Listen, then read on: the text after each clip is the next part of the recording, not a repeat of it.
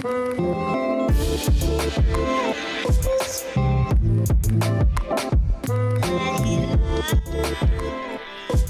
this is Sanyam Bhutani, and you're listening to Chai Time Data Science, a podcast for data science enthusiasts where I interview practitioners, researchers, and Kagglers about their journey, experience, and talk all things about data science.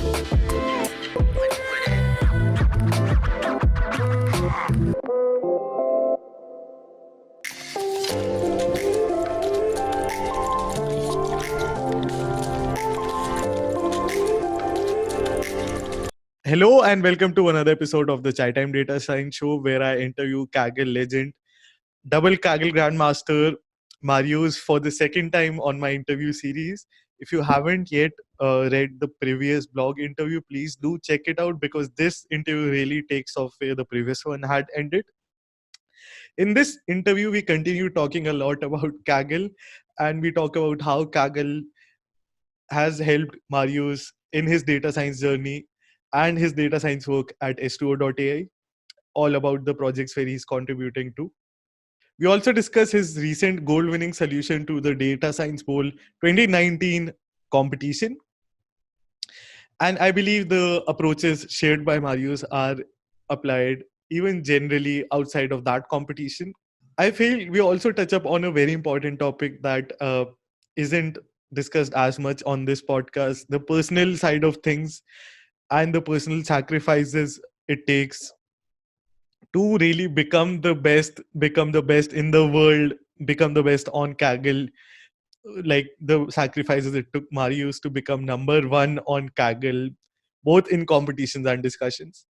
So please stay tuned for that discussion towards the later end of this interview. For now, here's my interview with Kaggle legend, Grandmaster Casanova Marios. Please enjoy the show.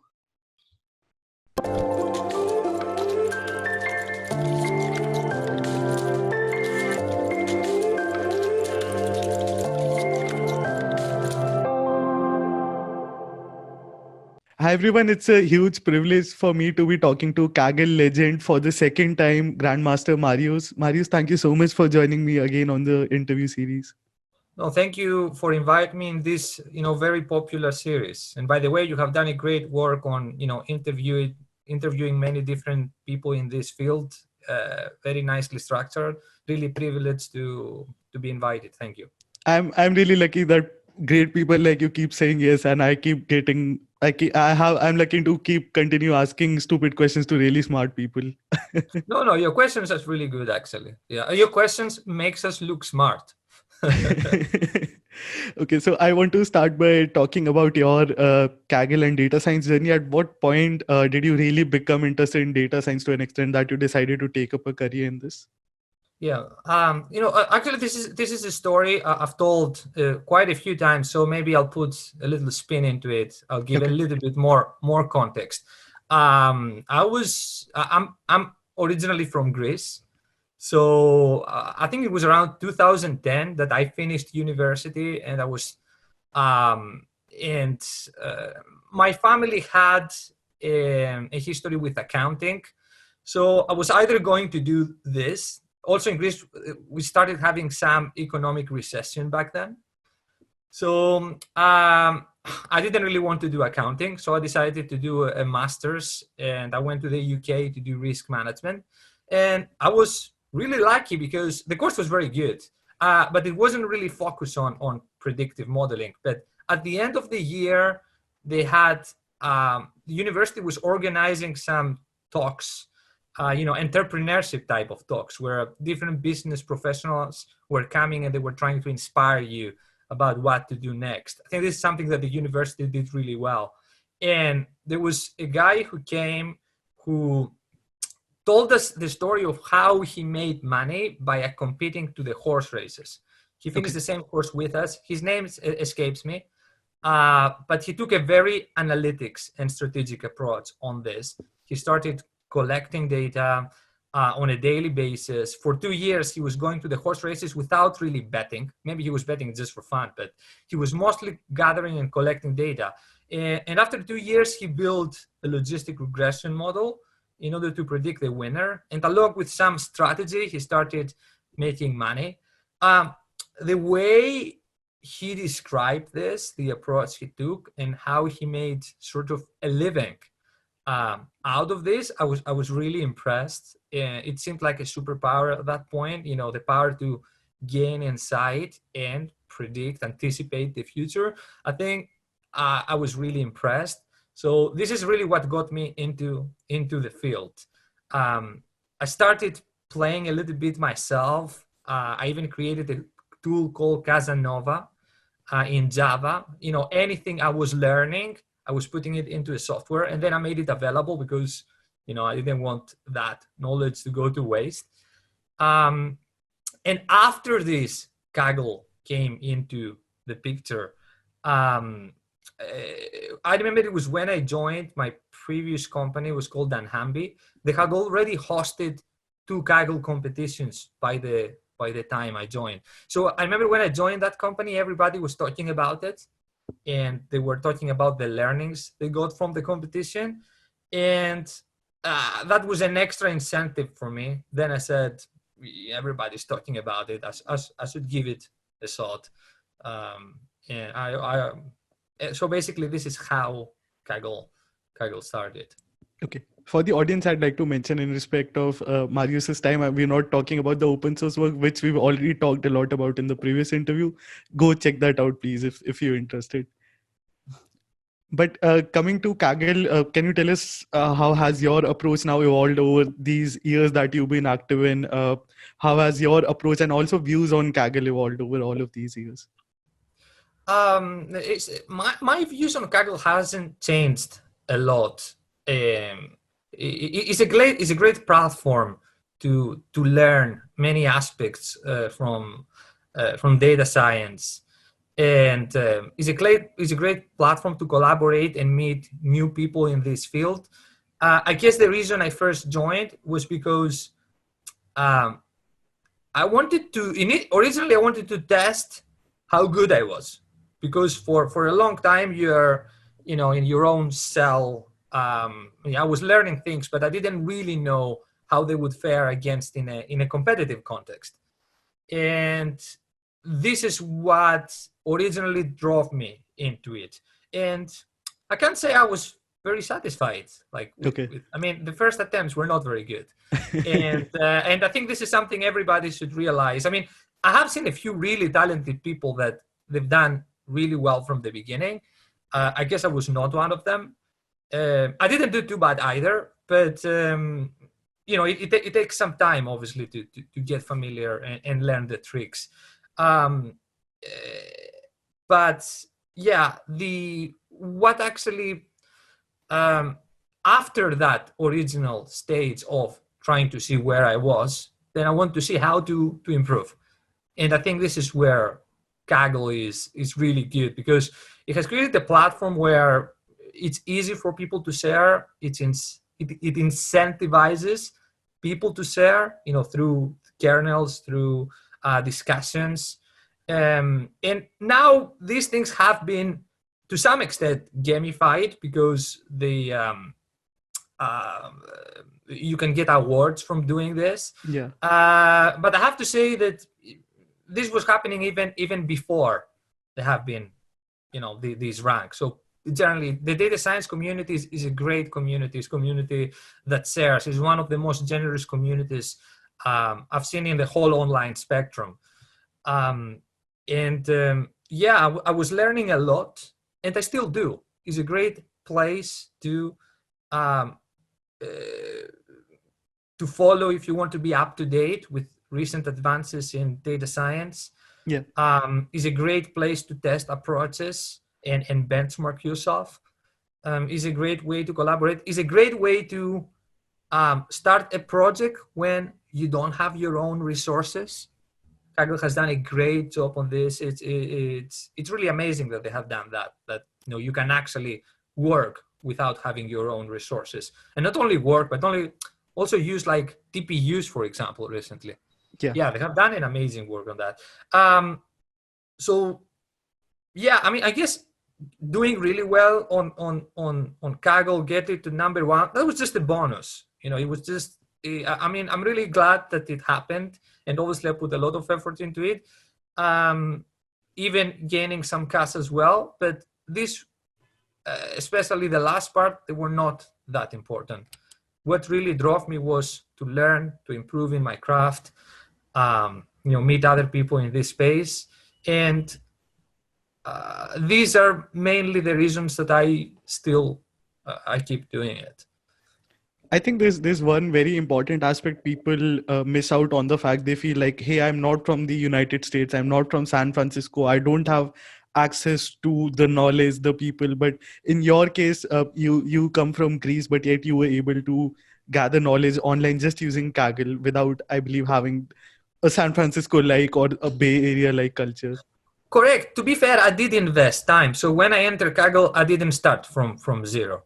I would say I was in a way a data scientist before data science became exactly a thing. I mean, before it got the name of data science, because I really invested on both programming for the purpose, because I didn't know programming. I picked this up in the university via via buying basically some Java books. And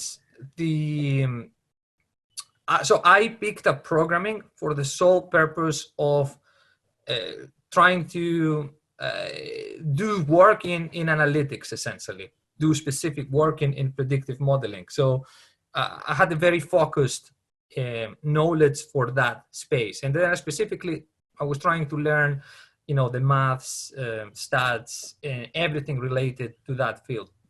And so when I entered Kaggle, I sort of had that background. So, but yeah, I had to pick it up from scratch. And I think it was tougher in a way back then, because that information was not so freely available as it is today. And there were no courses back then, like you have in Coursera, where you can pick up a lot of skills right now. Yeah. But having said that, I'm not saying that it's. I guess what I try to say is that you can still learn if you put the time. A lot of online resources. You can actually learn a lot from Kaggle as well if you pick up those knowledge type of competitions, and then you just follow the trend. There are a lot of people that have just learned by doing active standard competitions on Kaggle, and they obviously didn't do very well in the beginning, but progressively they're starting doing better. Okay. So can you tell us of some skills that I believe you took away from Kaggle that you were able to apply to the real world? And this question originates from the recent debate that people are trying to spark, that, hey, Kaggle is not equal to real world data science. I know most Kagglers disagree to that, and the people who are making that argument aren't even Kagglers. What's your take on that debate? I think there is some small truth in it, and I don't want to undermine Kaggle. I think it's fair to say that I mean, there are some other skills you also need in the business environment as well. But there are certain things where you can take from Kaggle and are very transferable and applicable to your current work.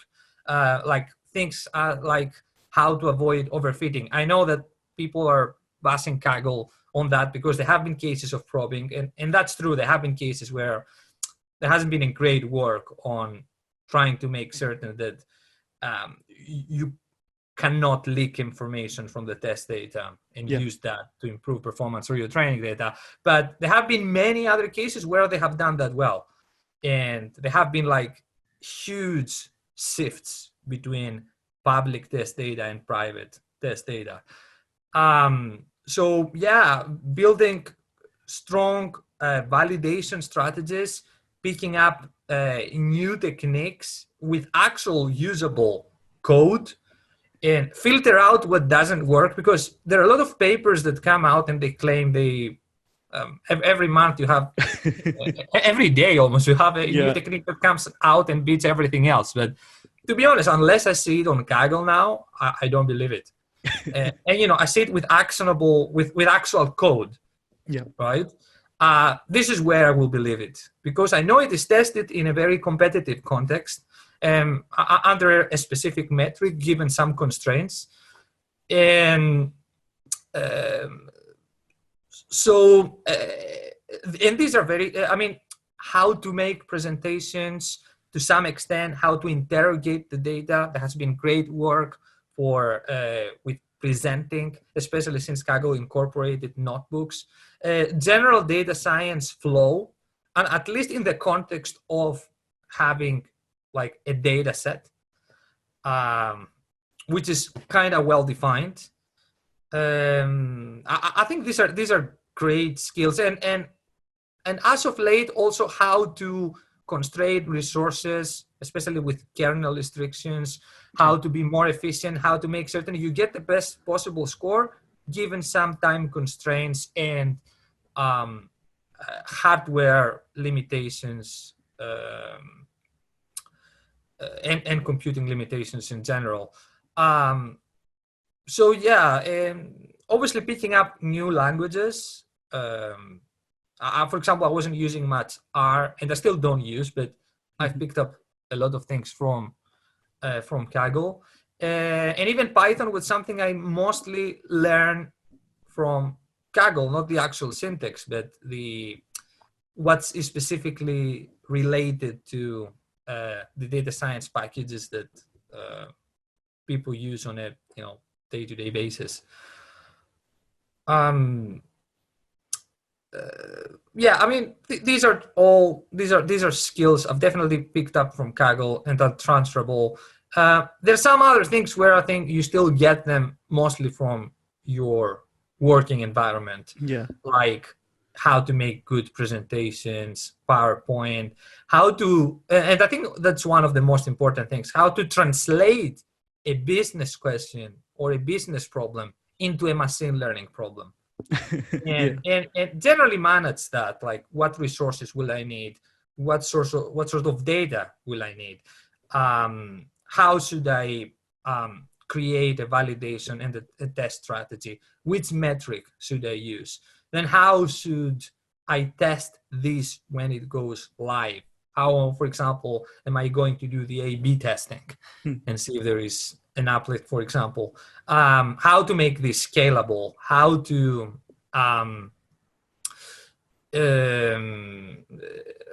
make certain it doesn't exceed certain hardware limitations. I guess now Kaggle has also elements that can help you with this, but generally it's this aspect of the work which still needs experience, as problems in the business environment are not well defined. You have to define them. You have to make them well defined.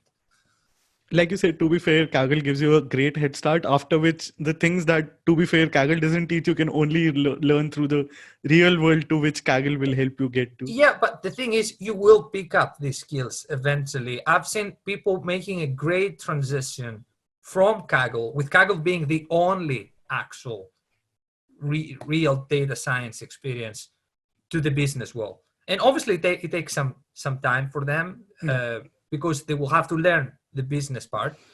But I have seen people who have been very successful doing this. And I have seen people that, they were coming from very diverse backgrounds into Kaggle to learn data science, and then making it a successful transition to that field. Okay. Now, so you need to give them credit for that. I mean, 100%, Kaggle definitely helps you. So I think people are really unfair to Bassett. Yeah, really, very, very unfair.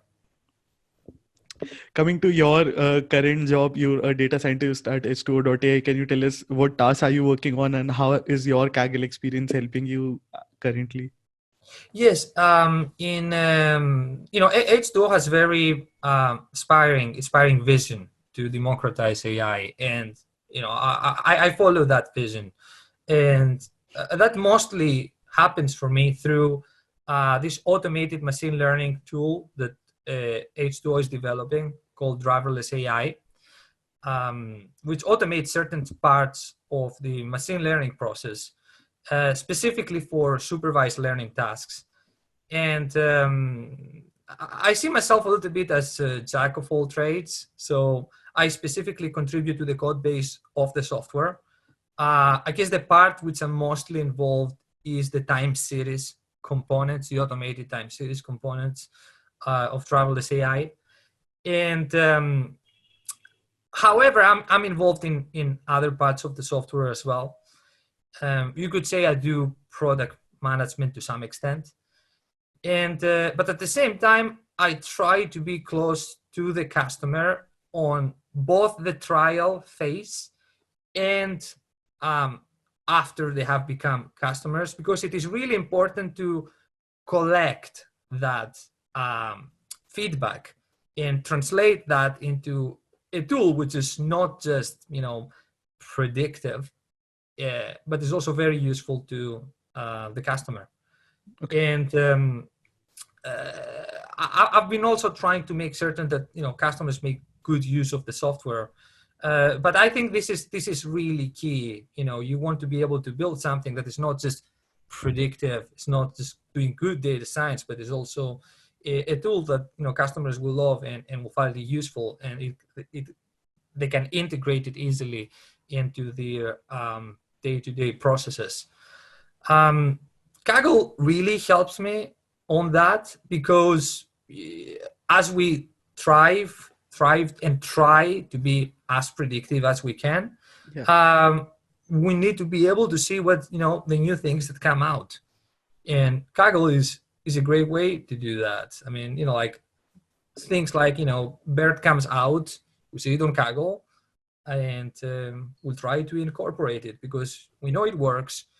And we can see the implementation, different implementations for it, or just another technique comes out, and you want to be able to take that and make certain you have the most cutting edge, the most predictive tools, to get the best possible results. I guess, to give an example, efficient nets that were really famous research that came out by Google haven't appeared on Kaggle at all, and people know that they might not be the best networks or architectures that you could use. Yeah. So it's also good to scout for efficient implementations, quick implementations as well, and there is lots of it on Kaggle.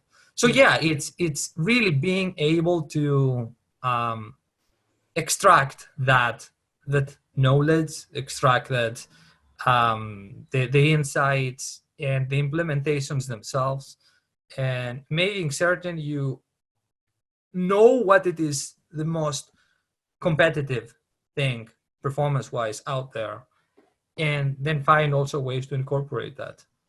Okay. You mentioned, for the audience, can you help us understand? You mentioned you also work with customers after the transition with the product has been made. Isn't AutoML supposed to be a one-click solve everything solution? Why do you need to work with customers after they have driverless AI? Yeah, no, I mean, there are a lot of things that can arise, when you put a model into production. How do you track performance when you need to rescore or retrain your model, drifts when your model stops performing, or how to, sometimes you may also help on exactly translating the business problem into that problem that, in this case, driverless AI can solve best. And so it's definitely not just one click. So problems need to be formatted, in certain ways. You need to pick the right metrics. You need to have some good test strategies as well, to be able to monitor that the model is doing well. And then obviously you have to integrate the code that comes out from the tools, the different coding artifacts, and then incorporate that into the pipelines that the customer has. And all of this, takes some work. So yeah, you need to follow up on that sometimes, to help making certain that the pipeline is as best as possible. AI is not replacing it anytime soon. No, not anytime soon. Do you think someone can achieve a silver or even gold medal just using driverless AI? Is that a possibility? Well, we can definitely achieve it on some past competitions. I think what's a little bit harder now is that um, you cannot really control the external data that everybody is using. I think some of the old competitions, which were more constrained, which you knew that this is the data set, no other external sources. For example, like there was this PNP Paribas hosted competition with claims, which we can do really well. Like we can get very close to top 10 within a few hours of driverless AI working. And that's because this was a competition that was, it's there were no really leaks. There were not external data sources where people could bring in and everybody could bring in different things. So if you have such a constrained environment, I think, yeah, it should be able to. Okay. Speaking of medals, I want to discuss your latest gold medal from the Data Science Bowl competition, the 2019 one for the audience, although it ended in 2020. But can you, before we talk about your solution, can you help us set the stage about the problem statement and the challenge here, so to speak? The problem statement was, so you have different kids that they were using an app where they in this app they could play different games, or I think watch different educational, I think, type of videos. And then they were and at some point they will have to do some assessment tests, so some assessment games. And the essentially what you were tasked to predict is how they will do in that test. So given the learning experience that the person had using the app, can we predict how they are going to do on that assessment test? I think that was the main statement. They wanted, that was the modeling statement. I guess things the host wanted to derive were probably a lot about insight and whether that educational approach prior to the assessment, whether it does really help on driving a better assessment. And I think it does, because first of all, I will have to credit my team in that competition. They did a great job on creating diverse solutions. What I can say from my part is I approach this a lot as a time series problem. So I measure the historical records of each one of these kids in different ways, or users anyway. Like everything they have done, where they've clicked, where they have misclicked, how well they have done in previous assessments, in which assessments they've done well or not so well, how much time they were taking between assessment, how many pauses. And something else I did is that I quickly realized that the test data had a different distribution in many of these features in regards to the training data, because generally in the test data you had less history than in the training data. So you had assessments which were earlier in the process, while in the training data you had some assessments which were quite late in the process. So the person had various assessments and had played for many more hours. So I try to put some effort to try and replicate that within my training data. I think that was key to getting to I think, very close to solo gold medals in the public part of the competition. I basically try to trim out knowledge and historical records. And I did that multiple times, creating multiple different data sets. You can see that as a form of bugging or randomized averaging of different models built on different views of historical records for each person. So my strategy was a lot based on that. So trying to get a little bit closer to the distribution of the test data in regards to how much history I have available for each child before making predictions. I have to say, though, that in the private data, it didn't work as well. So it worked better on the public data than in the private data. Okay. Could you give us a higher level overview of your approach, maybe of this competition as a proxy to how you approach all other competitions? How does your pipeline look like? Yeah, I think in general, the first thing that I do is I try to, first of all, understand the problem statement. And if I can, that really helps, because if you can also put some domain knowledge into this, if you have, I think that normally can help. Then understanding the metric that I'm being tested on. And are there, for example, specific techniques that optimize for that? Do I need to build something that optimizes for that? So these are questions that come fairly quickly into the process. And then I try to create a strategy.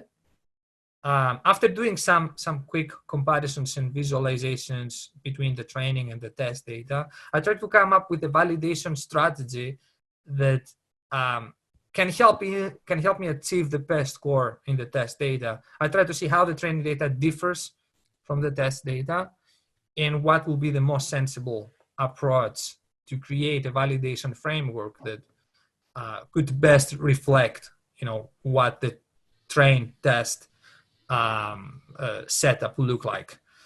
And for example, are there temporal elements in the data? Do I need to take a time series or a time series approach on how I create my validation strategy? Are there specific groups in the data, like have different customers in the training than in the test data? So I need to create a validation strategy that also adheres to that. I always validate on new customers. So these are things that come into my mind, again, fairly quickly to come up with a strategy. Then what I do is I normally test these ideas of different validation strategies, making some really simple models. And just to see which one behaves better on the public part of the test data. So I use this strategy, and I see an X percentage of improvement if I include that Z feature. Do I see this kind of uplift in the test data? Which approach seems to be a bit closer? I do this kind of comparison. So I actually waste within quotes some time in the beginning of competitions testing these kinds of ideas before I actually get into it. Okay. And then after this stage, I think I'm good to go. Then I start doing more exhaustive feature engineering. I apply some automated things, obviously, but I also try to put some domain knowledge, if I have as well, into it. I will obviously try and build many different models. I will set up also an ensemble strategy. Now with Kaggle kernels, as they become more popular, I also try to, whatever I build it in a way that it will be easily transferable to a Kaggle kernel. So separate my training and my inference, and build anything in a way so that I can easily upload a dataset or a trained model on Kaggle in order to do the scoring.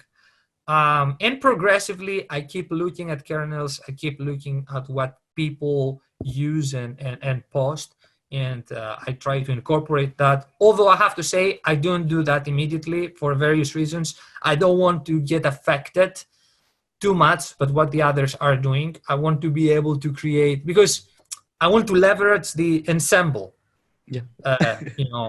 approach, strategy. Diverse solutions can give better results. So Which that's is your why. favorite area of experimentation?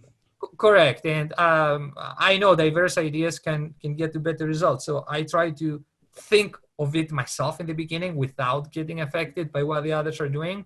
And then after I get stuck, then I'm start getting ideas from the forums and discussions and kernels. And this have helped me, because I'm also able to create some novel ideas in the beginning, which I can use to my advantage when I also incorporate what other people are doing into this pipeline. Awesome. Yeah. Now for the audience, the complete solution might be very technical, so please find the link to the complete write-up in the description. But if you could give us a very high-level overview of the final gold-winning solution to your approach to this competition. In that specific one, I don't think I have actually. I mean, I have just a general. I think we have a general write-up, but it's obviously combining different strategies, which can be tricky within kernels. In my case, my solution was actually about 10 to 15 minutes and still included an ensemble of 8-9 different models. Not too many. all of them were trained on the same data, but these data were trimmed versions of the original data. Okay. And then after I've built these models and I pickled these model objects, I just incorporated a stacking approach, and I had a meta model which was also pickled, that used these models as inputs in order to make the final predictions for my part. Then obviously the other people created their own solutions. I think they tried to address the fact that the training and test data were different in different ways. For example, they used different weighting for cases that encounter, for example, an assessment without having much history before that. But generally, we all provided holdout predictions and obviously final predictions. And then we tried different ensemble strategies. Some were based on stacking, some were based on voting. And I think the one that works best was the voting one. And that was pretty much it. Okay. Yeah. Can you also tell us your teaming up strategy? What strategy do you apply while teaming up with anyone on Kaggle? Yeah, in the case, this has changed. Maybe this has changed over time. There can be, I think, various goals.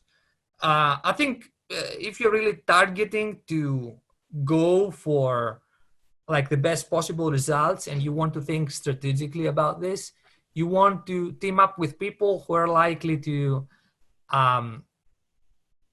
take a different approach than you. So they, for example, they excel at different techniques. Maybe someone is very good at deep learning while someone else is very good at I don't know, tuning like GBM models, and you want to be able to form a team of people who are likely to take diverse solutions. So that's a strategy. I think you don't want to pick someone who is much better than you or has much more experience than you.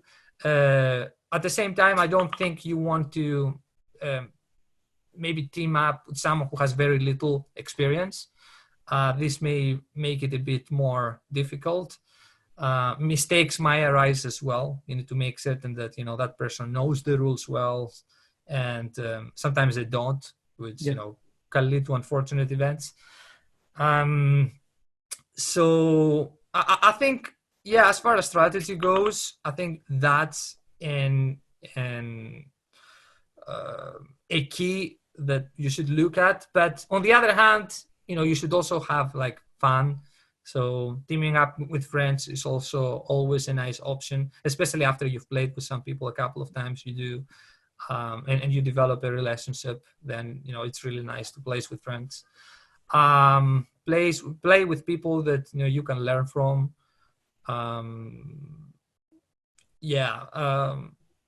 This is my view, how I see this. It's really interesting you mentioned the word play. Can you tell us, even after becoming the best worldwide, the best on the world's home to data science platform, why do you continue to Kaggle even today?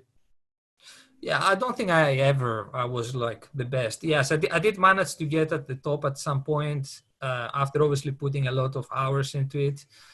And I guess I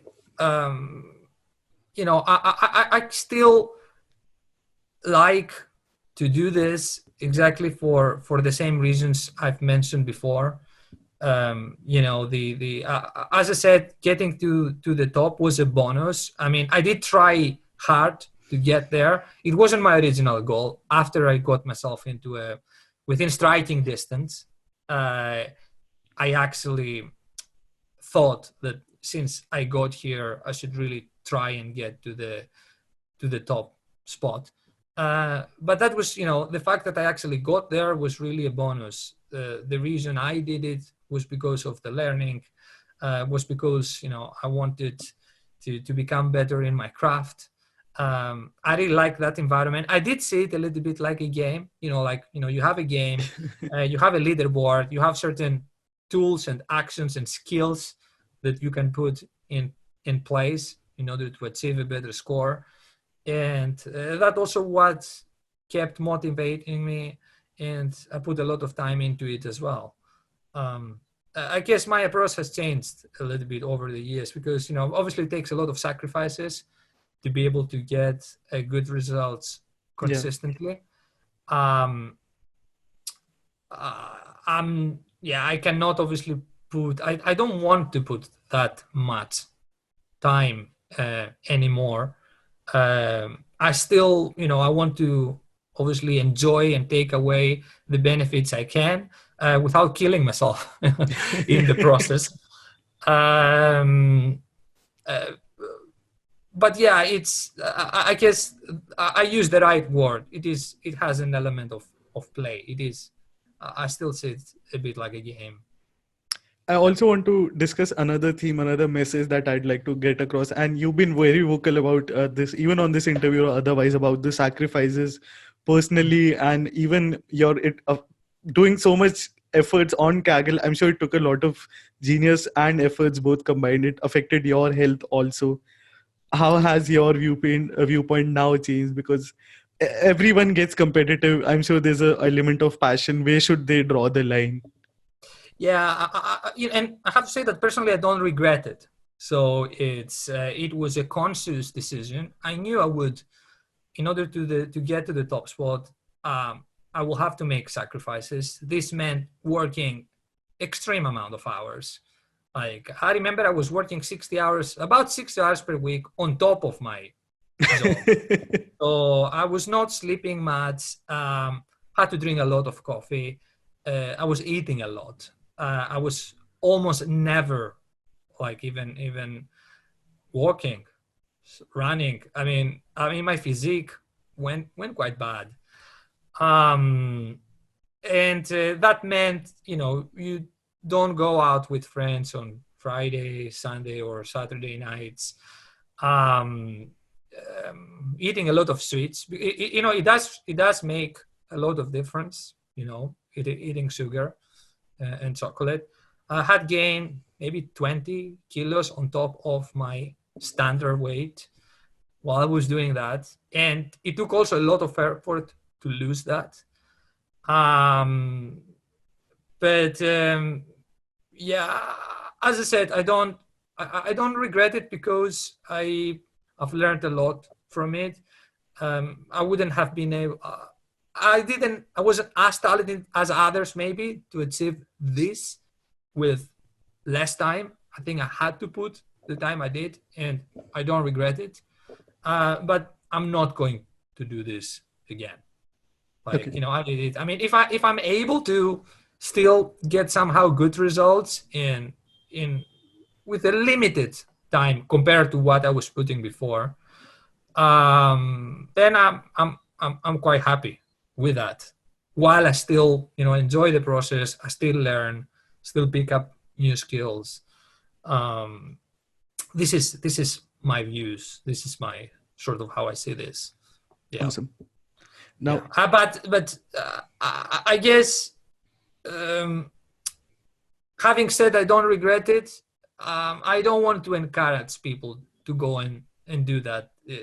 I mean, that I think that wouldn't be responsible of me. On the other hand, it's quite of tough to say not, because I did it for myself. I really wanted to achieve the top spot, and um, um, but I think striking and balance is really, really important. At the end of the day, it doesn't matter if you don't get to that spot. They have people who have enjoyed Kaggle, they have enjoyed the benefits of Kaggle.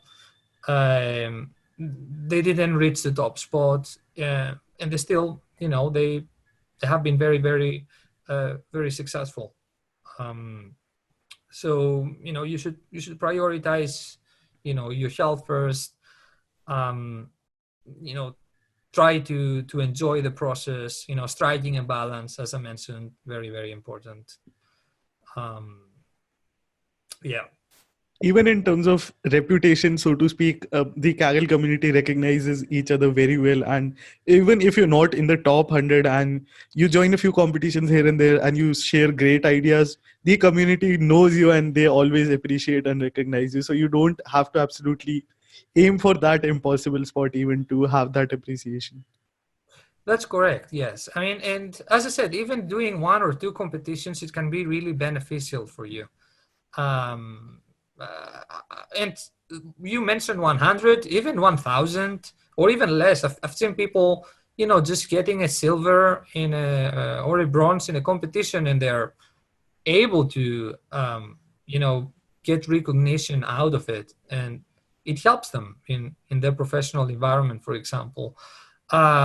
You don't need to get to the top spot in order to have your work recognized, be more, um, extract skills and make an impact, a bigger impact in your working environment.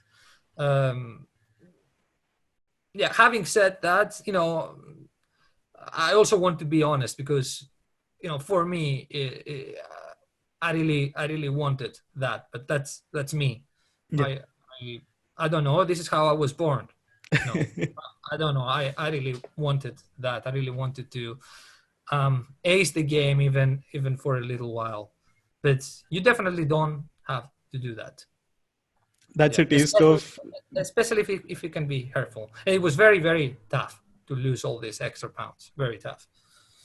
That's a taste of genuine passion for the audience who are listening to this episode. Now, for the audience who feel completely overwhelmed to even start competing or even try a Kaggle competition, what would be your best advice? Just don't think twice and start it. I mean, the more you're thinking about it, the bigger it's going to become into your head. No one started, being 100% comfortable, and it's still, a new technique or something comes out, a new, very different code base than what you've used before, or like a very new package that has a completely new syntax. You can still feel a little bit overwhelmed in the beginning. It's what you need to do is just go ahead and do it, and it will take some time, but you will get used to it. as I mentioned, you can start with this, and this applies to general. I mean, to in your working environment as well. You will encounter new tools. You will encounter, new software, new packages, and you need to develop that mentality of, breaking something down and fixing it up afterwards. You shouldn't really think twice. Just start with the knowledge type of competitions and then just see what the others are doing. As I mentioned, there are resources and courses out there. There's actually one course which I'm involved as well. I think it's called How to Win Data Science Competitions, also built with other excellent Kagglers from the Higher School of Economics from Russia. So there are ways to pick it up. You shouldn't really think twice. Just enter, try. You will likely fail in the beginning. Fail within context, depends how you determine as fail. Because if your goal is to learn, you never really fail. And just go for it. Don't think twice. Don't make it bigger in your head than it already is. It's gonna take some time, and it still does, even for experienced people, when something new comes out. But the good thing generally with programming-based principles is that there is a period where you make very little progress in the beginning, but then it goes really fast. So you should know that when you feel that you want to give up because you read and you don't understand, you put the time, you make little progress day by day, but after a while it will go really fast. Like once you start getting it. So this is something you should have always in the back of your mind if you're thinking of not starting or giving up. Now, I saved the most tricky question for you towards the last. I know you're a gaming fan. Can you pick and name your favorite game of all time, and Xbox or PS4 or PC, which is your preferred platform of choice? Oh, that's a tough one. Which one should I pick? Maybe two then. From all time, I guess the Final Fantasy series. Okay. For now, I've played it both on PlayStation and PC, I think, and it's tough to select which one. I would say Final Fantasy 7, 8, and 9 are the best games I've played. They have like a strong story, nice gameplay, and it's tough to choose which one of them, to be honest. These are my, I guess, from more recent ones, I really like the Mass Effect series. Okay. And Horizon Zero Dawn, which is also actually very relevant to what we do. More recently on PlayStation 4. These are games I really enjoyed. I used to do also quite some online gaming back in the day. I've also, I think, done quite well. I used to play Dota, Defense of the Ancients back in the day. I've spent a lot of time gaming. I'm happy that I was actually able to take that passion from gaming and put it into Kaggle, because it also helped me in my work. And that's why I say, if you actually see it like a game, then you can make progress, and especially for a period of time, you won't even feel tired. You'll be able to do this for hours and hours and hours and don't feel tired, because it's like when you play a game. Awesome. Thank you so much for all of your amazing advices and all of your contributions to the data science and Kaggle community, and for joining me on the podcast, Marios. And thank you likewise for the opportunity to have this podcast with you.